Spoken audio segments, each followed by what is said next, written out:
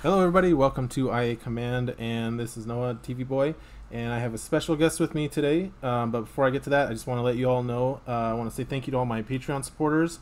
And you guys, wave 3 of alt arts I have put up on the Patreon site. I got Jedi Luke, Palpatine, Channel of Force. They are sweet, and you guys go check out, hit it to the Patreon site. There is a link in the description, and check that out. Now that we've gotten through that nonsense, I have Chris, because apparently this channel has become a talk show since I don't play games anymore. Although, we have a game coming up. I've got some gameplay footage coming up. But, in the meantime, Chris, tell us about yourself, and tell us about IACP and how you're connected. Well, I'm here just to find out whether or not I'm the father or not, Maury. My name's Chris Emmick. I am one of the steering committee members of the IA Continuity Project. You can find our website at ia-continuityproject.com.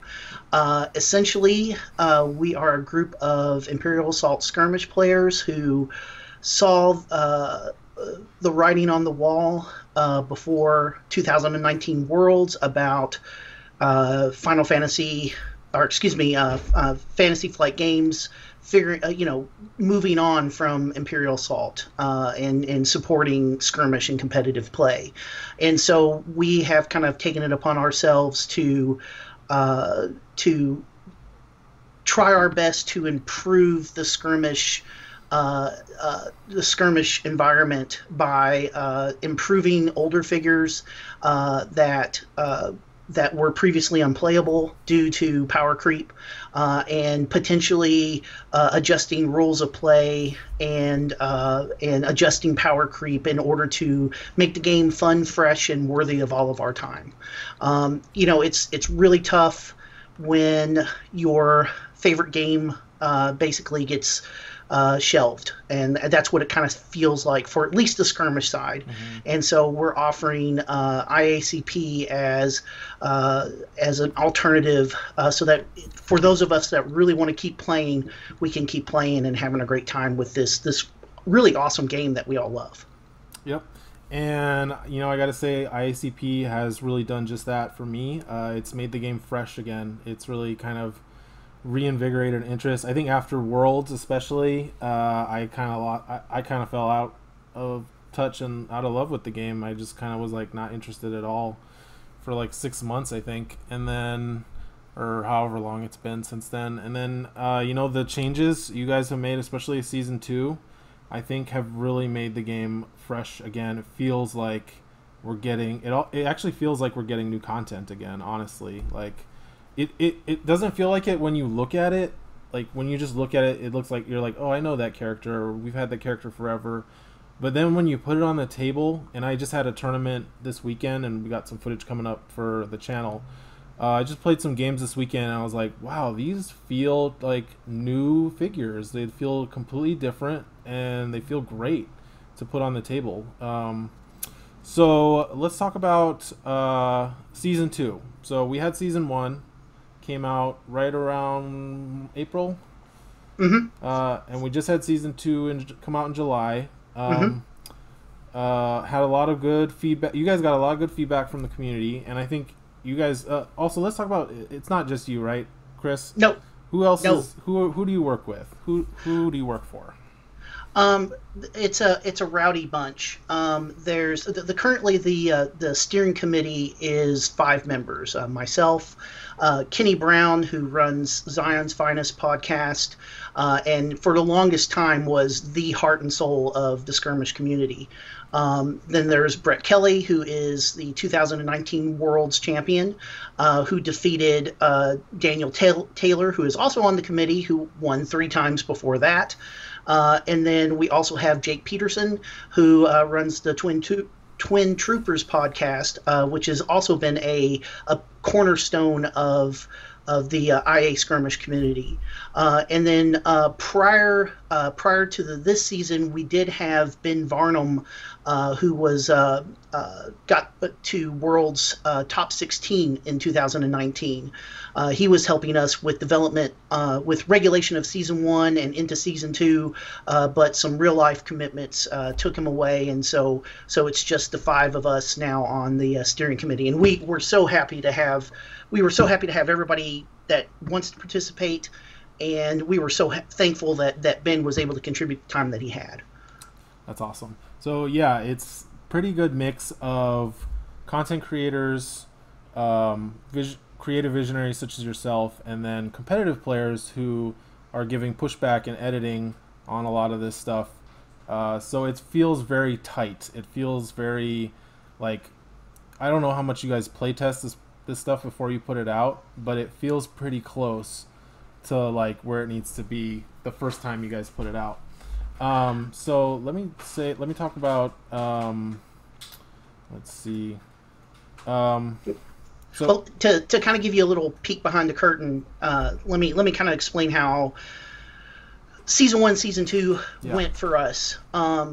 Season 1, there was a lot of debate of what should we do? How should we make changes? And the initial decision was, let's just try to find as many deployments that we can find that with a simple deployment cost drop would be competitive. And so we picked out about 24 or so deployments and reduced their cost. Some of those were really successful.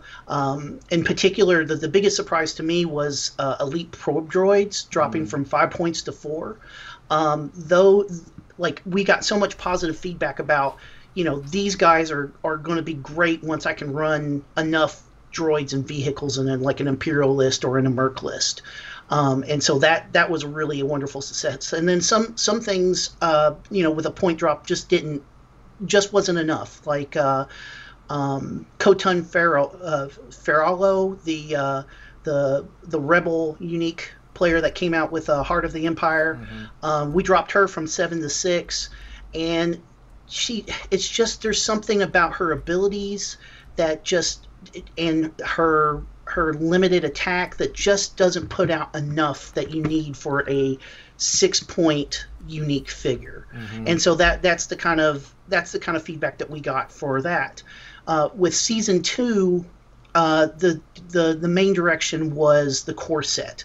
We wanted to improve as much of the core set as we could, and then also listening to the feedback of the community, which everybody was like, it's time to fix Boba Fett. Boba Fett has been around since Wave 2, I think, in the initial release of Imperial Assault, and he's been basically unplayable. I mean, he's a wonderful figure. He's an iconic character in the Star Wars universe, and he's completely unusable in skirmish. And so we asked Daniel Taylor to head up development of Boba, and then I kind of focused most of my development time on the core set stuff. We tried to pare a lot of that down, but ultimately we ran into where we felt like there was a mix of certain things that needed just a point drop, like trying to drop Chewbacca's price, and then also things that just needed like a minor tweak to the card, like we did with Nexu, and we'll discuss that a little bit further, the Elite Nexu, and then some things that just needed a complete rework because their cards were just designed for a skirmish game that just does not exist anymore. And so that's where we had real complete reworks for Garkon and Fen Cygnus and Jyn Odan, although Jyn was more of a minor tweak. And also we wanted to enable some play with troopers and Imperial massive figures, and so we created brand new deployment cards for that. And it's been about 4 weeks now since we initially released that information, and we took the first 2 weeks to just really concentrate on getting feedback from the community. We ended up reducing the amount of changes that we make for this season. I think we went from 26 or 27 deployment Mm-hmm. cards overall being changed to just 24. And or 23, I think it was. I think we took 4 off. And we did that just to make things a little bit simpler, so that way folks will have time to test the things that they want to test in the 3-month testing window that we have for this. And and we're still continuing to get feedback. There's, we think this is the season is a conversation, more than us just kind of dictating. Okay, this is what you're going to play with, and you're going to like it, right? So we're continually taking information from you, from other players about what they like, what they don't like, and if we're finding that there's a few things that we'll want to tweak again, and so we'll probably be making a few more little tweaks here in a couple weeks to some cards in order to improve those, to make them better, so that when we get to the end of the season, players can take a look at these cards and say, yes, this is a really good fix, or no, this was a good try, but no, let's try again.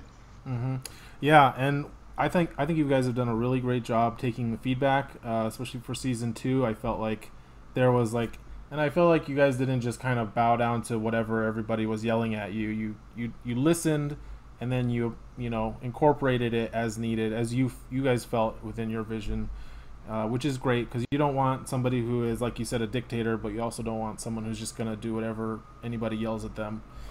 And the thing is that you guys are just as good at this as we are, right? We're just kind of taking the time and effort to kind of organize these materials, but you guys know this game and you love this game just as much as we do. And the things that you guys see when you put the figures on the table and you roll the dice, those are things that we might not see. And we're going to be able to look at those and go, oh yeah, that makes sense. We totally missed on that. And so we need to correct that, or we need to do something else.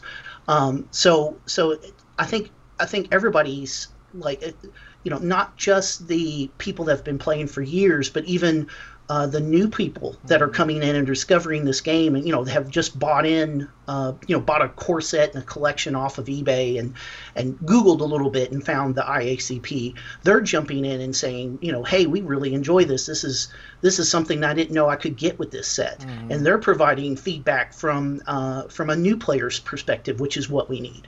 So all that input is important, and we weigh all of that equally as much as we can, and the things that we miss, we're happy to fix. Yep, and I want to talk about this, what you just were saying, new players. I think that's what IACP is so important for, is for new players who are coming into the game, not coming into a burning barn, making sure that things are working when people show up to come to join the game, and then also bringing back the people who were disillusioned and left the game because of Spectre Cell, or because of balance issues, or because the game isn't getting any support anymore from Fantasy Flight. I think IACP is really important for that, and I think that's why.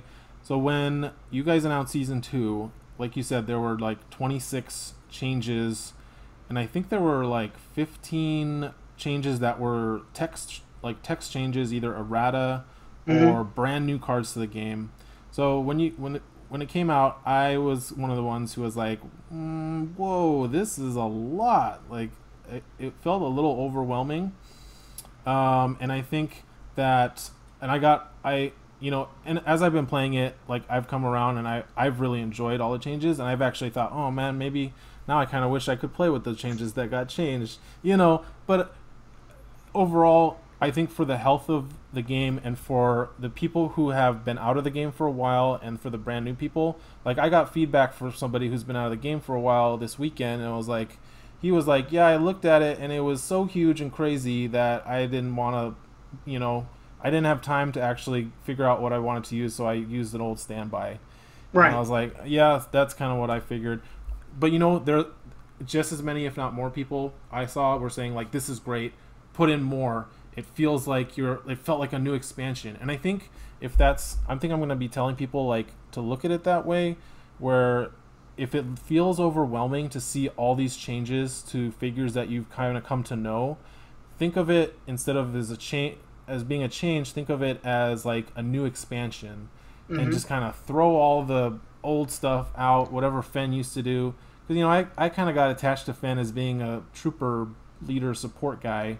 So I was like, what is all that? He doesn't do any of the stuff he used to do. But now that I think about it, he's just a new Fenn. This is a brand new thing. He does his own thing, and that has helped me kind of get through the changes. But I think you guys did a really good job of balancing the number of new changes with the kind of being overwhelming for new people. So cool. Well, thank you for that assessment. I appreciate it. And you know, and this is the thing. It's you know, we're not. Nobody on the committee is a professional game designer. You know, we're all kind of doing this in our spare time. Some have more time than others. You know, Brett has a newborn, and Kenny is, you know, has been very active in his local community, and as a father of small children of his own. You know, I have kids of my own. Fortunately, they're older and are teenagers and just ignore me at this stage.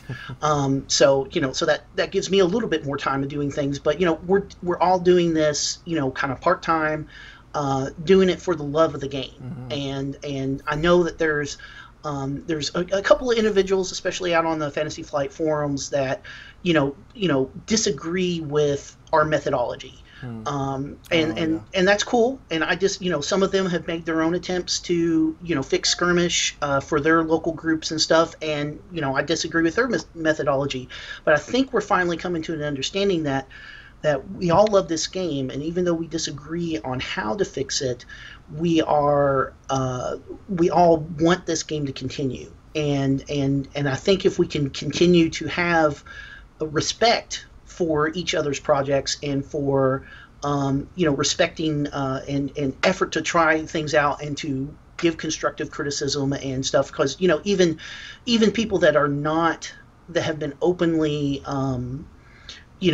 openly against the IACP, some of their criticisms are valid, and it's something that we have addressed in the forums, and we said, you know, this is a good point, or you know, we thought about this, but the reason why we're doing this is because of this. So you know, just keeping, you know, we're not professionals, but we're trying our best to make everybody feel like they're part of this process, whether they're committed to this process or not. And I'm just going to say that I will continue to support IACP as the community fix for the game. I know that other people are trying to do their own thing in their own community. That's great. But if you are playing a game and you are looking for a way to fix, if you feel like the game needs a change, please look at the IACP and consider adopting it as the fix, because we need, like, I want this to be the umbrella for the whole game, and I want everyone to know that, hey, if you're going to go to a tournament, it's probably going to be IACP, unless it's like an FFG hosted tournament.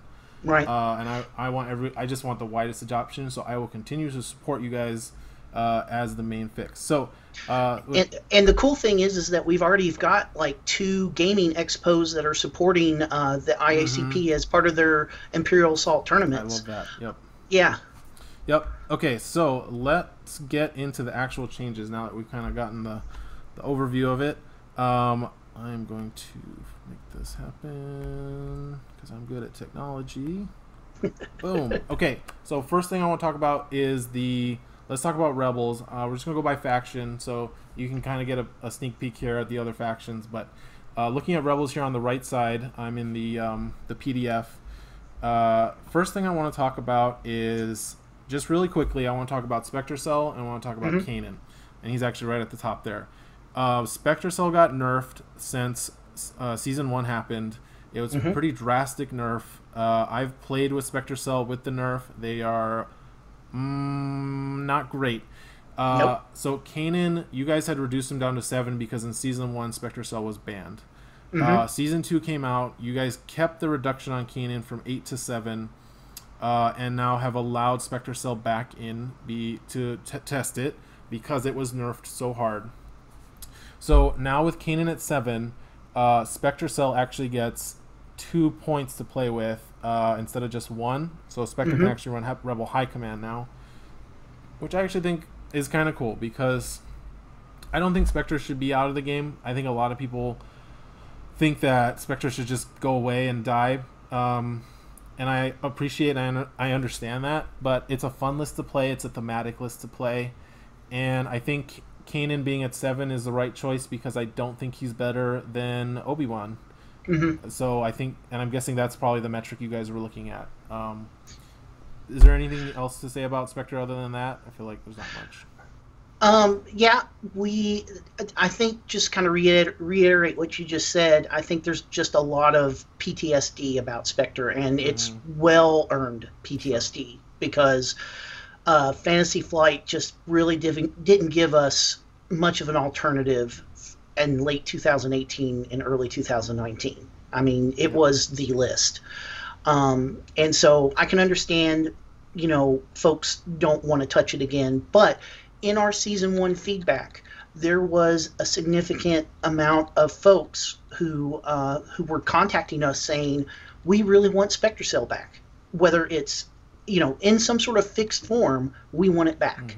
And so the fact that FFG went ahead and did their thing kind of opened up the space for us to look at it and say, okay, if we bring this back, what could we do with it that's different? And the thing that we're doing that is different is allowing you to have the 2 points. And honestly, I've done a little bit of testing with it personally. I haven't found it to be as strong as it was, and I don't want it to be that strong. If it ever gets to be that strong, then we'll start talking about increasing the cost of Spectre Cell itself in IACP. Without the static boost now, and you only get 2 tokens every turn, it hits like a wet paper towel and it burns to the ground like a pile of hay. It's just so much worse. So I don't even want to talk about it anymore. Let's talk about some Force users. So we've got Ahsoka reduced from 8 to 7, Hero Farm Boy Luke from 10 to 7, and Jedi Luke from 12 to 11. Now, you guys had done an errata to Jedi Luke, giving him some reroll or some other ability, but having him at 12. I actually like him at 11. I actually think he should be 10, to be honest, because at 11, I'm just going to bring Han.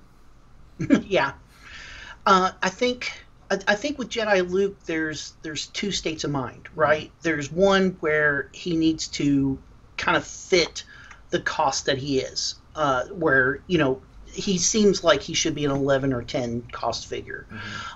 There's another state of mind that is we want him to be but people want him to be as good as Darth Vader or Han Solo or IG-88 and Boba Fett. What we're hoping to get Boba Fett to.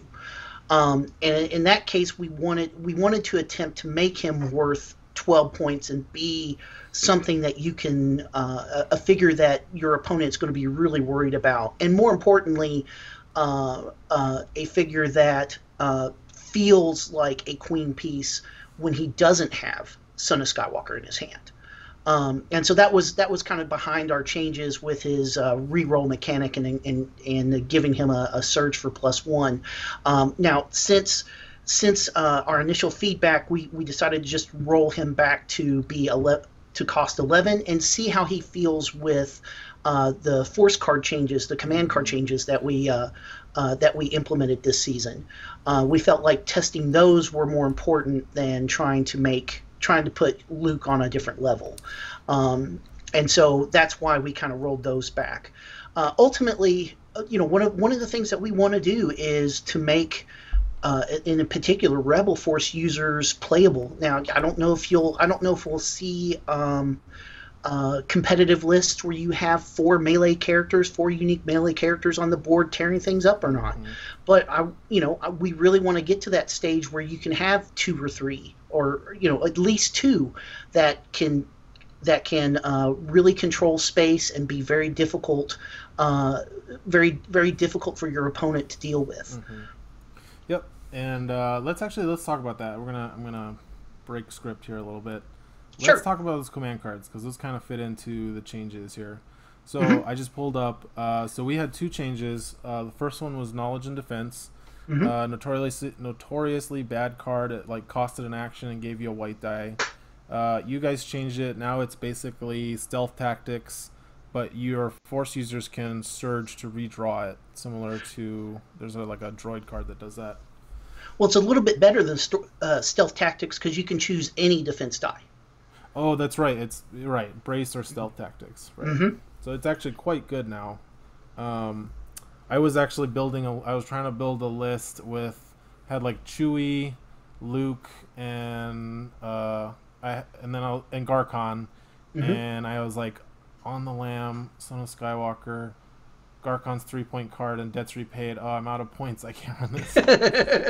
Obviously, I changed that list, but anyway, quite good, especially since a lot of the Force users tend to oversurge for some reason. Like Luke always feels like he's getting too many surges. Same with Ezra. So that one's pretty good. I like the change. And then Deflection has been changed, so you still get the -2 accuracy, but now no matter what, the attacker suffers a damage, and otherwise no changes to that. So,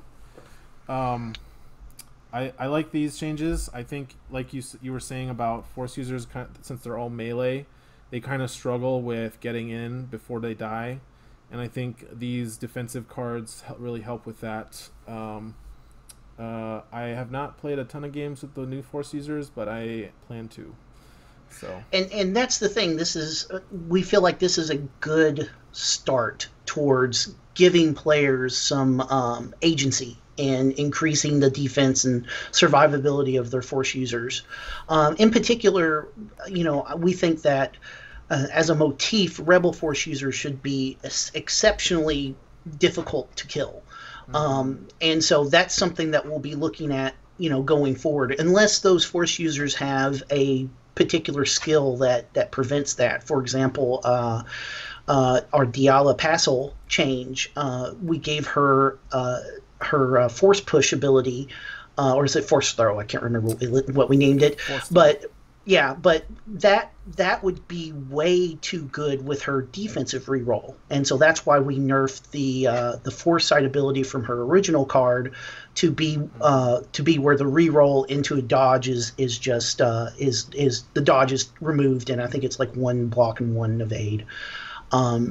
So we want these figures to be dynamic. And we want them to be these Rebel Force users to be dynamic and to survive. The other Force users, we want to help their survivability a little bit, but we want to lean more into what makes them a little bit more unique, which is higher damage output or movement or something of that nature. And so we'll be trying things going forward until we feel like each figure fits its role perfectly. Yep. So let's talk about Diala since you brought her up, and we'll just get her out of the way now. So, Diala, you guys had buffed her in Season 1. She's back in Season 2. A couple of changes, so she still gets to keep her Force Throw. And by the way, I love that you guys go to the campaign for inspiration for your abilities, because it makes it so much easier to know what these do, because I see Force Throw, I played campaign, okay, I know what that does, that makes sense to me. And then she still has Battle Meditation, which you guys gave her in Season 1. I think the changes you made were buffed up the health to 12, and then took away the Recover 2. Yes. So I think Season 1, she was dying a little too quickly. Is that what was happening? Yeah, she was originally 10 health, and she had the Recover 2, and she rolls red, green. She gets that extra green die thanks to Battle Meditation giving her focus for every attack. And so there was too many surge abilities for that attack pool. We got some of that feedback from players where they were like, why have 4 surge abilities if I'm going to use just 2? And we also found that Diala was the figure that everybody focus fired. because they knew she could pull something out and kill it. So we wanted to enable her to, have a little bit more survivability to get in, maybe survive to a third shot. When you're facing like a hunter list or whatnot. But we didn't want to make her too strong because of the force throw, because that would just put the power curve way out of balance. So this is our attempt, and so far everything that we've gotten back about her has been positive. Now, to be fair, it hasn't been a whole lot, mainly because she's a known quantity. I think everybody's been really focused on Boba Fett and some of the other fixes, but so far positive. Yep, and I really liked her in season 1. I'll also note that you guys bumped her cost from 7 to 8, and I really like this is another one where I think she kind of feels like the same figure, but really she's a brand new figure. Shattering Blow was kind of her main identifying feature from the original core set. That's gone because it didn't really make sense to have Surge for Pierce 3 and Shattering Blow. Now you gave her a Surge for +2 and a Surge for Pierce 3, which is great. Force Throw's amazing.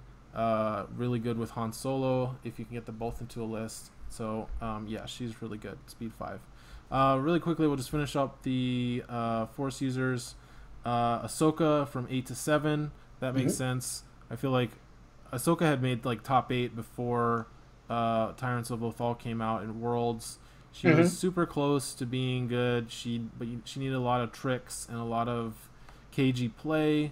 But otherwise, it feels like she had that balance of health and offense, right, where it wasn't like too skewed to one or the other. She just needed one less to be on that efficiency curve. I feel like some of the figures, and we'll talk about this a little bit, I think, after, but some of the figures in the game you can't really fix with a price reduction because they're too skewed as far as their defense compared to their offense, or vice versa, where they don't hit hard, but they're super tanky. Or I think Boba Fett kind of fit into that. But yeah, so I think Ahsoka Tano 8-7 is great. I actually was able to build a list with her and Luke and fit everything. Like that's the great feeling, is when you're building a list and it all fits, right? Like before Ahsoka or some of these figures, you're trying to build a list with them and you just can't quite get enough points. But I think that kind of sums her up pretty well. I played Ahsoka a lot. She's really good.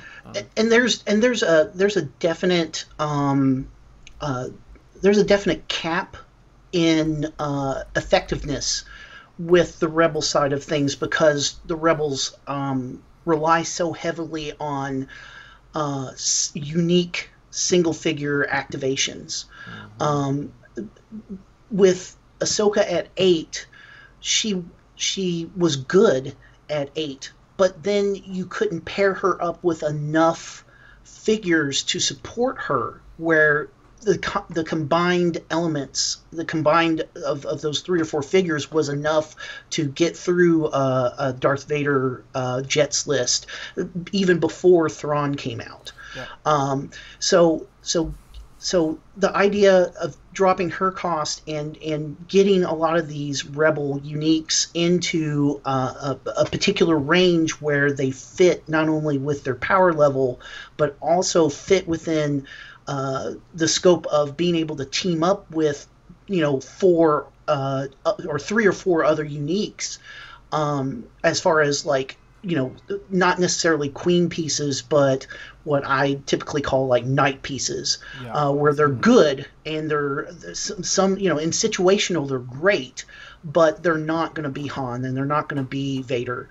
But if you get enough of them, you can play that list where you can strike with the ones that have the advantage against the particular list, and then support with the others.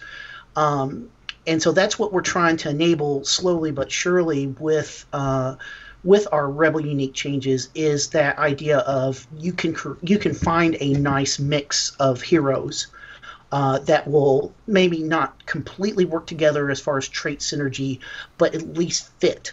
as far as deployment cost. You'll have 7 or 8 activations that you can use, and will give you the kind of firepower to stand up to mercs or Imperials. Yep, and also the other thing is that Rebels rely a lot on having the last activation or 8 activations because of things like Ahsoka and Han, because they're so fragile compared to the other factions. So just having a little bit of a price reduction means you can get like 3 or 4 of those, as you call, knight pieces, or like 2 knight pieces and a queen piece, and then still get up to 8 acts and get like maybe 1 or 2 1-point skirmish upgrades, which feels really great when I'm just building for Rebels. So okay, and then real quick, let's talk about Hero Farm Boy Luke. I just want to mention that so I actually got to play against Farm Boy Luke, not Jedi Luke. Here we go, Farm Boy Luke. I got to play against him over the weekend. He felt good. He felt solid. I've played with him back in the day when he was 10 points and he was good. At 7, he feels good. He actually feels... He doesn't feel like top tier. What he feels like to me is he's very comparable to Ezra at 7 points. He's got 10 health, 5 speed, white dice with block, +1 block. Similar surge abilities with the surge for +2, surge for recover 2, and he gets the pierce 3 on his lightsaber strike. He doesn't have the free movement or the smuggler trait like Ezra gets, but he gets that nice ranged attack. And he doesn't get the reroll or the die flip that Ezra gets. But he gives out rerolls instead. That's true. So kind of similar there. So feel good. I feel like Ezra's never been quite good enough at 7 without Spectre to buff him. So I feel like Luke's kind of in the same spot. Like he's kind of good. He's like solid, decent, but not really good enough to be in the like most competitive spot. But I don't know if you could go down to 6. But have you guys considered trying him at 6? We heard a little bit of feedback about trying him at 6. The majority of the feedback that we got at the end of season 1 was letting him use inspiring for himself, so he could reroll one of his own die, and that would take away some of the feel bad that you get with blue, green, yellow in games. But that would be a text change. So yeah. And I've said this on Slack and stuff, that the text changes are so much costlier to the player base than the points changes, because with a text change you have to print out an actual card and everything. With a points change you can just like kind of ignore the points cost at the top and use the list builder. But I know you guys are doing a good job juggling that, because you guys you reduced that a lot in season 2 from when it originally came out.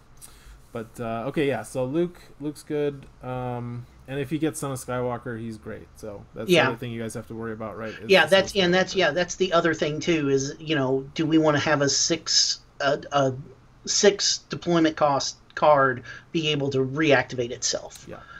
So that's something to consider. Now, I'm not saying that we won't drop it to 6, but I can say that we will probably come back to Hero of the Rebellion Luke. Okay, great. Okay, and then let's see. Let's talk about some Kotun just real quick. You kind of talked about her before. I actually played some games with her. She was in my list for the tournament, and she kind of, like you said, she felt fine at 6. She felt like she doesn't really do much though. Like she's just kind of a beat stick or a shoot stick. She just shoots stuff. And she's got a good attack dice pool with a good surge ability. That power token feels very kind of meh.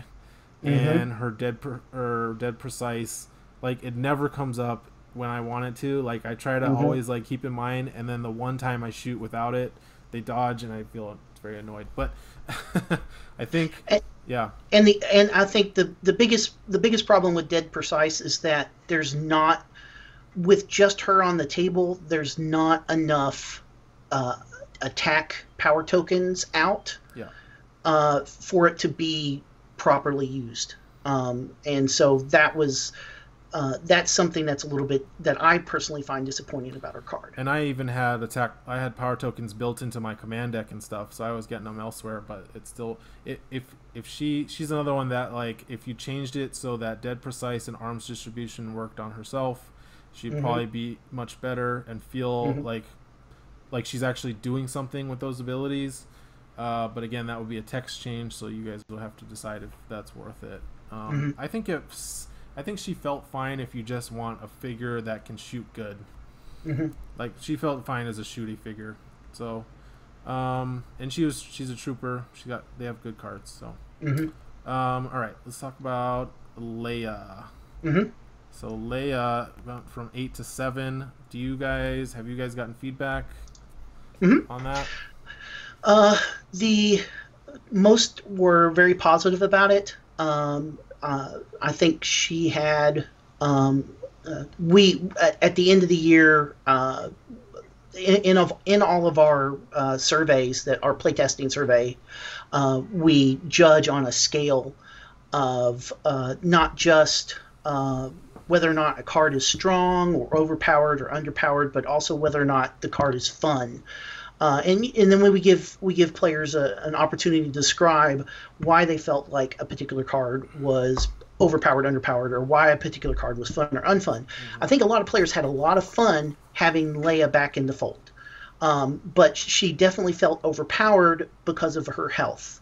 And so the biggest... overpowered? Underpowered, excuse me. Yeah. Yes. Mainly because at 8 health with a white die, she can fairly easily get one-tapped. Sure. And so their suggestion would be to increase health by 1 or 2 and potentially keep her at the same cost. And I think that's a fairly reasonable request, and that might be something that we'll look at a future season. And why not bring her down to 6 or 5? That's not something that we have thought about too much. I will say that at 5, her battlefield leadership and military efficiency abilities are really, really, really strong at 5. 6, I could kind of see that, and that could be something that we consider for the future too. I think the big juggling act here is making sure that a figure not just is, statistically in the right deployment cost, but also is not enabling too much openness in deployment cost. We could, if we dropped Leia to 6 and Khotun to 5 and Luke Skywalker, Hero of the Rebellion to 6, that would open up 4 points for another deployment or for Hera, and that makes a huge change in not only activation cost, activations in a list, but also power. So we have to juggle that carefully about, okay, is reducing the cost of this card going to be good for just the card, or is it going to be good or too good overall for list building purposes? And so, that's something that we try to evaluate every time that we take a look at the card, whether or not, should we make a text change? Should we just drop it to 6 or whatnot? But I mean, Leia at 6 is I think a reasonable request. Because I feel like her health and her attack especially is not good. Like that, you'd think a 3-dice attack, but 2 yellows and a blue with no reroll. I have seen Leia do no damage to a black dice figure a couple times. Yep. And so I feel like I totally agree with you there, though. It can get out of hand if you're not careful. So I like that you guys are being careful with that. I do feel like Leia could be 6 though without any changes, but that obviously season 3. Or season 4, or whenever we can get to her. And that's the thing. We want to open up list building options, but we also don't want to open up so many list building options or where it becomes, unbearable. One of the things I think we want to avoid is we want to enable, swarm type play and high activation count play, but not necessarily with uniques, because all the rebel uniques, even the ones that are behind the power curve right now, they have some really strong abilities. And so we want to make sure that whatever deployment costs they have fits within the power level of their abilities, even if their attacks are off. Yeah. Okay, that makes sense. And then we got our you guys have reduced the cost on the generic elite, but elite non-unique, so Wookiee warriors, rebel troopers, and echo-based trooper. I'm guessing you guys are probably still. Are you guys? How do you feel about just the 3 generics? Do you think they're where they should be? We got fairly positive reviews for those, but not overwhelming. In particular, the elite rebel troopers. We can see where they could be used appropriately without completely rewriting their card. That being said, the way that their card is right now, and that they're going to be giving up 9 victory points over 7 deployment points, that kind of tilts in the wrong way. And we're still trying to figure out how multi-figure troopers, especially the ones that have 3 figures, how they should be weighted when you bring them into a list. For example, I think one of the things that the feedback that we got from stormtroopers, the elite stormtroopers, which we reduced to 7 deployment points but kept them at a 3-point figure cost. It doesn't make sense that they would give up 9 victory points because they're stormtroopers. The Empire throws them at everything. They don't care how many stormtroopers get killed. And so, it would make sense that their victory point costs would be reduced a little bit. Not so much that they're giving up 2 or giving up 6 victory points for 7 deployment points. That's way unfair. But maybe giving up 7 for 7.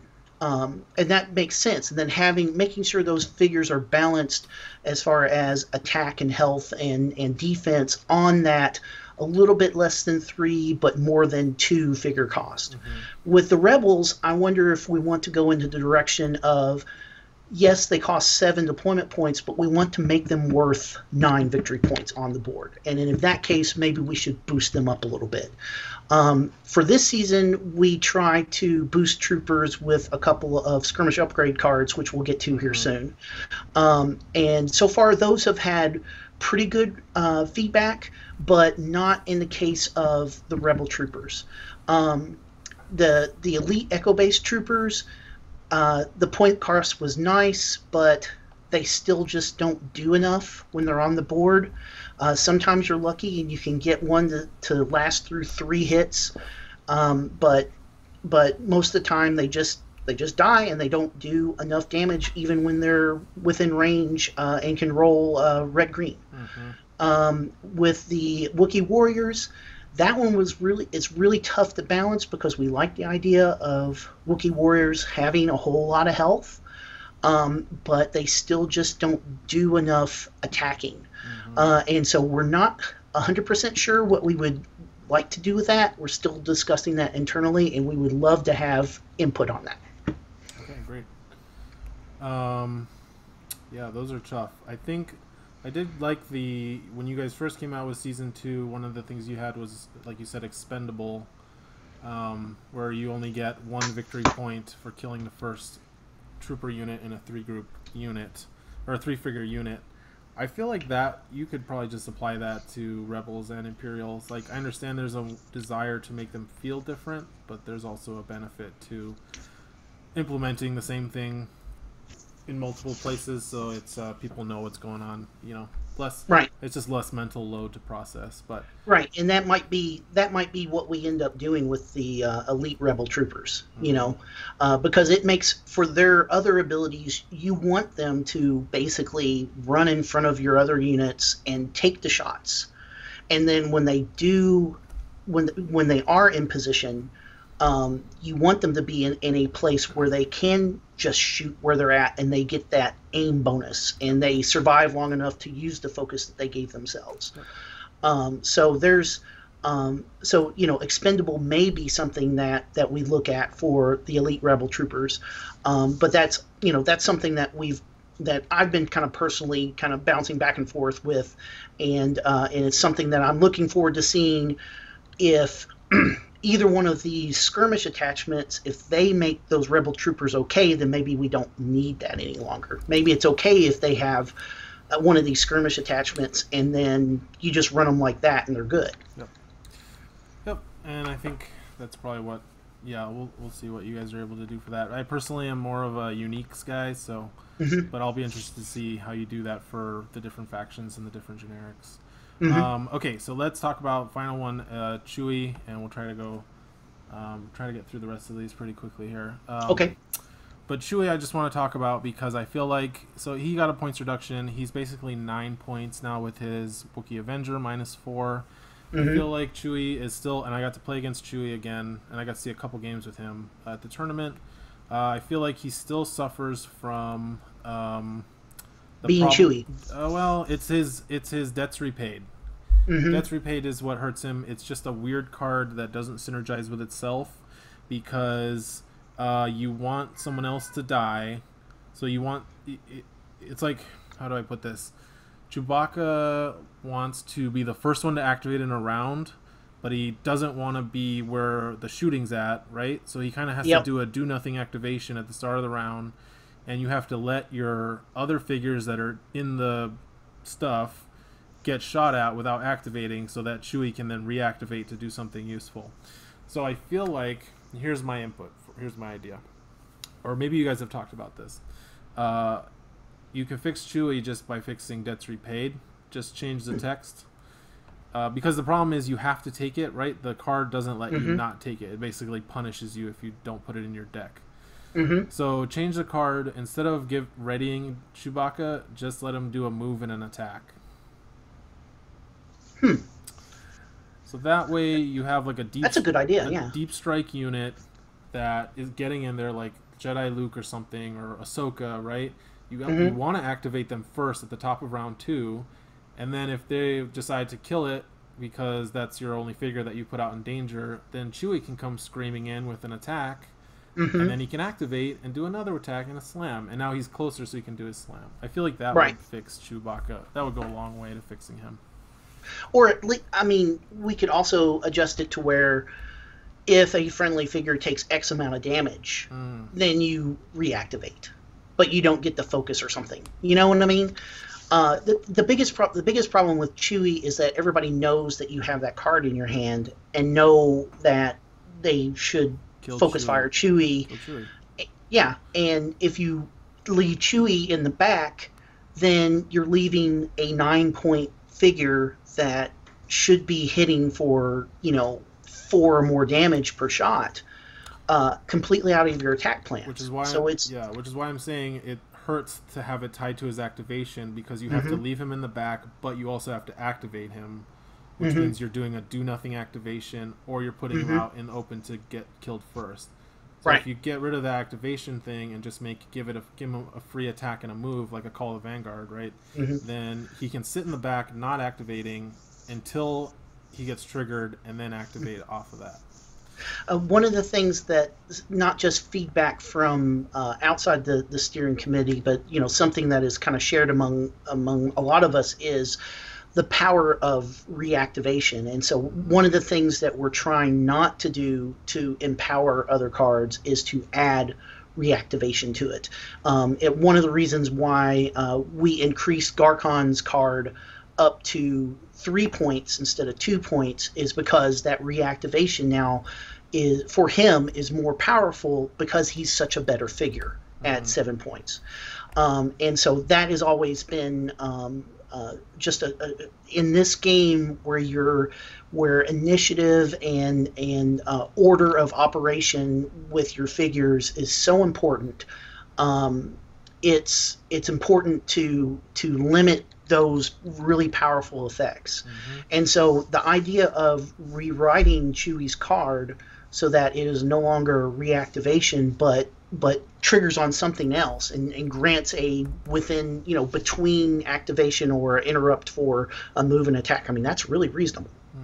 Yeah, I think that would go a long way to fixing him. And then maybe you'd have to play with the cost again, but I don't know. But that's just always, I've felt that's what always held Chewie back. Okay, so we talked about Garkon there for a sec. Let's just talk about him real quick. We upped his card to 3, but we didn't just nerf him. We also gave him a new ability. Sorry, I'm trying to pull him up here. Garcon. What does he cost now? Oh, he's down to 7. Nice. Down to 7. Down to 7. Got a whole new slew of abilities. Let's look at... I'm going to bring up his old card. Mm-hmm.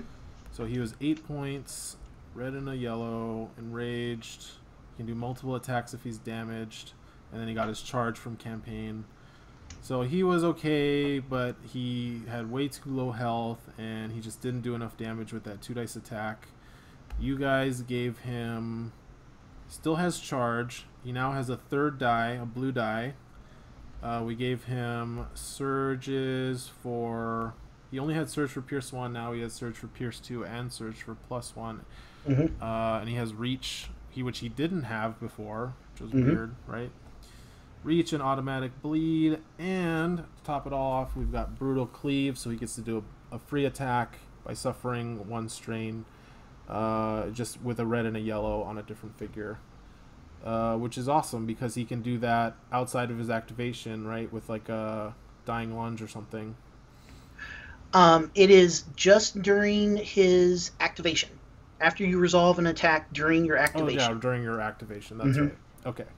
So that's what it was. So he could do a parting blow then. You could do that. Yeah, he could still. Yeah, he could still do a parting blow.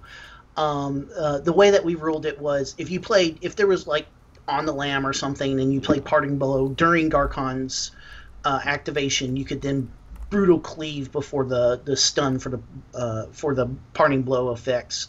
But for the most part, you're only doing brutal cleave during Garcon's activation. We didn't want it to get way, where you're, using Jabba to make him attack and then he's brutal cleaving again. All right. Well, you couldn't do that, but yeah. Anyway, but yeah, I like that you guys did that. But you could totally, so you could move, first action, charge for a free move and then an attack, then play looking for a fight because he's a brawler, parting blow, and then brutal cleave for a 3rd attack. So, and then I mean, just off other than that, the fact that he can move twice and attack twice in 1 activation, fantastic. You guys gave him great action economy and a much better attack profile, damage profile. He's got 13 health now instead of what he had 10 before. So, something like that. Yeah, so now he's much better. Gave up the dumb ability of attacking multiple attacks when damaged. I love the Garcon. I love what you guys do with him. I really want to test him out. Just have to figure out a list to put him in. I played him for my testing league game last night, and he was really wonderful. Really got in there and made my opponent worry about him. Except my opponent was more worried about Chewy. Got rid of Chewy first, and then took out Garcon before I could trigger Garcon's card. I actually had to play Garcon's card early. So like I could reactivate him because I knew the next attack either he was going to survive it or he wasn't, But yeah, the fact that he can auto bleed, that when you're starting to spread those out, those matter late game now a little bit more. And so that's kind of fun. That's opened up kind of a new area for rebels and makes strain builds in mercs a little bit more interesting too. Oh yeah, that's interesting. The only thing I'll say of that is that even though I think Garcon and Chewy have really great synergy, I think they're really good together. It gets tough when you have to run. You want to run Debts Repaid, Furious Charge, and On the Lamb in the same list. Yep. I was like, oh, I'm running out of points real quick here. But, yep. Okay. All the Wookiee cards are expensive too. Yeah, and I don't know if the Wookiee cards are interesting, but they're really good. Let's see now. Okay, let's talk about the ones that have been changed. So Garcon, and you mentioned this, focusing on core box heroes, kind of making them all playable so they don't all suck. We talked about Diala, who we got. Oh, let's talk about Fenn. Another character I got to play. So he is down to 7 from 9. He still has the same dice pool, same health, same speed, same defense. He now has a +1 accuracy, a Pierce 1. He still has Surge for +2 accuracy, and he, in addition to Blast 1, he has Surge for Recover 1 on the same thing, which I really love that, because sometimes I'll just blast with him while he's on an adjacent figure, and I'll be like, whatever, I recovered it. Although I think you'd have to already be damaged, because Recover happens before Blast, but that's something to note. But then, so we got rid of his Assault and his like Trooper Assault, and he's a lot closer to his campaign role, where he is getting free movement points, or giving free movement points, which is really nice when he's got Hera around. I found like he can like drag Hera with him to go shoot somebody, which is kind of funny. And then, so basically he gets to move 6 and shoot, and Havoc Shot is really great. And again, I got to play this weekend. So he can suffer a strain to choose up to 2 figures within 2 spaces, and in his line of sight, and they each suffer 1 damage. Very similar to Drakata's ability, right? Because he can choose, one of the figures he can choose is the one he's shooting at. So he can basically automatically damage somebody he's shooting at, even if they block all his stuff, as long as he doesn't miss or get a dodge. And then you can combine that extra damage with the blast to do some area control. Yeah, really great. I really enjoyed playing him. His damage output felt a little bit low, but he made up for it with the positioning and kind of damage control that he has. Yeah, we wanted to make, when we were looking at the core set heroes, we wanted to try to not just make them a little bit different from, we try to evaluate them individually and try to figure out what roles they were trying to fill, what roles could they fill, and also if somebody just had the core set, what kind of lists they could play with just those core set heroes, and with like the elite rebel troopers and Luke, Hero of the Rebellion, which also comes with the core set. It was actually Jake Peterson who kind of took a look at our first draft of stuff and said, what if we made sure that you could take all of the core set heroes and have them at like 33 points, so that way you could fit in a fixed Luke Skywalker, Hero of the Rebellion, or fixed Echo Base Troopers, or Elite Saboteurs. And so I kind of went back and kind of tweaked things, and so looking at that core set list, I felt like, Garkon needed to be that in-your-face attacker, spreading bleed and causing havoc. What they really lacked was a hitter. And so that's why I wanted to make Finn into more of his campaign lone wolf side of things, where he could run, he could hit, and then he could get out of there. And giving him Havoc Shot so that he could spread a little bit of damage would make your opponents think about a little bit more about positioning. We'll get to Jyn. Jyn still has kind of a more shorter range attack, but her thing is more about control. So once somebody got close within Jyn, she could stun. So that was her role. Yep. And then leaving Gideon and Mac where they were at allowed us to, and of course our 8-point Diala, that got us to our 33-point goal. Yeah, and I'll say that even though his damage profile is low, because he doesn't have great surge abilities for like single target damage, the fact that he can that I was able to shoot at Vader and know that I was going to put damage on him, even he rolled like 6 blocks, and I was like, okay, take a damage. It felt very good, and it's like a nice, like I said, damage control is really nice, and that movement, being able to move another figure out of their activation can also be super clutch. Like an extra Gideon in your list, but on a hitter. So that's really, I think you guys did a really good job with Finn. I really like him where he's at. And the fact that I just built the list here on my screen of all the core heroes in Luke, it's so pretty that it fits at 40 and that they all don't suck anymore. I mean, even Mac, Mac's kind of sucky, but you can focus him, it's fine. Yeah, and Mac at 3, the reason why you're bringing Mac at 3 is for his command card. for the spy cards, and I don't Yeah. want you guys to fix him because the spy cards are annoying. So Yeah. he is totally a lot of people play Max still in competitive lists just for those cards. I think he's totally fine where he's at. All right, let's talk about Jin, and I'm trying to go through these. I think we're going at a good clip here. Jin, I have a bit to say about Jin, just that she's amazing. I posted on the Slack. I think every competitive Rebel list I build for Season 2 is now going to have Jin in it. She's just 5 points. She, like in X-Wing, we call it a pocket ace, where you have just a figure that is so easy to slot in with any other big hitters or knights, like you called them, and just does so much for her points cost. I was playing her the other night, and like the fact, I think Sidewinder is the huge change for me, in addition to a big buff to her damage profile. So the first game I played her, I actually moved her 10 spaces to have her looking at my opponent's deployment zone. I then used Hair Trigger to stun whatever they activated next, and then Sidewindered into a corner to be completely safe.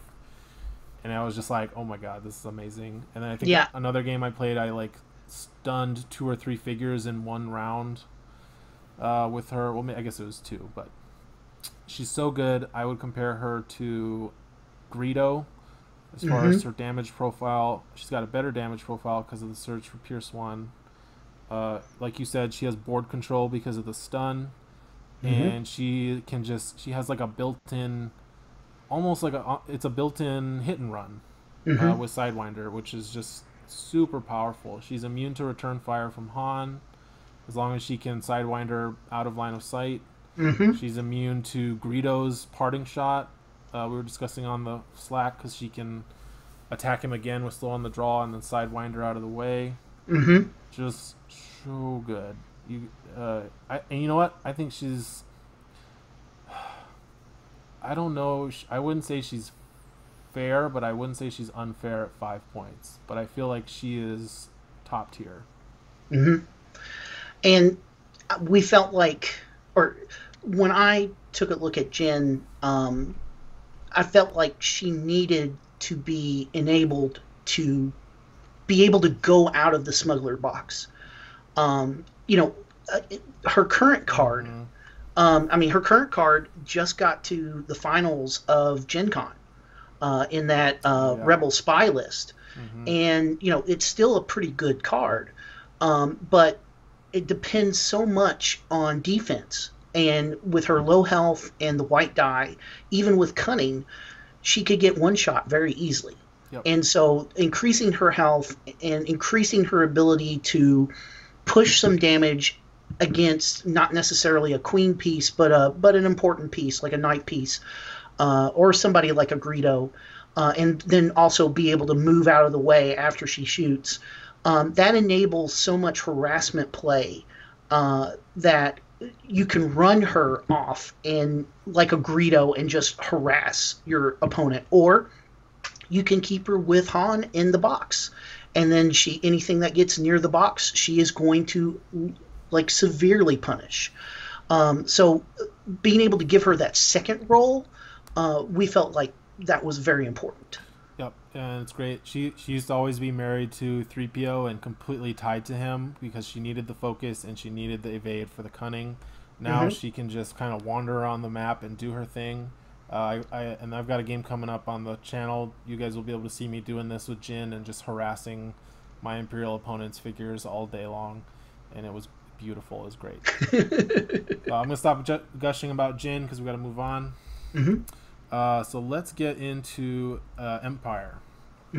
I think that was everybody for Rebels. Let me double check. So we move on, and now I'm going very slow. Right. Yeah, I am definitely the one of the bigger Rebel fans on the committee, so I was pretty pumped to get Jin and the Core Set Rebels, playable again, and so it's nice to share that with you. Thank you, and it's nice to not have to play Han in every list. Yeah, and that's what I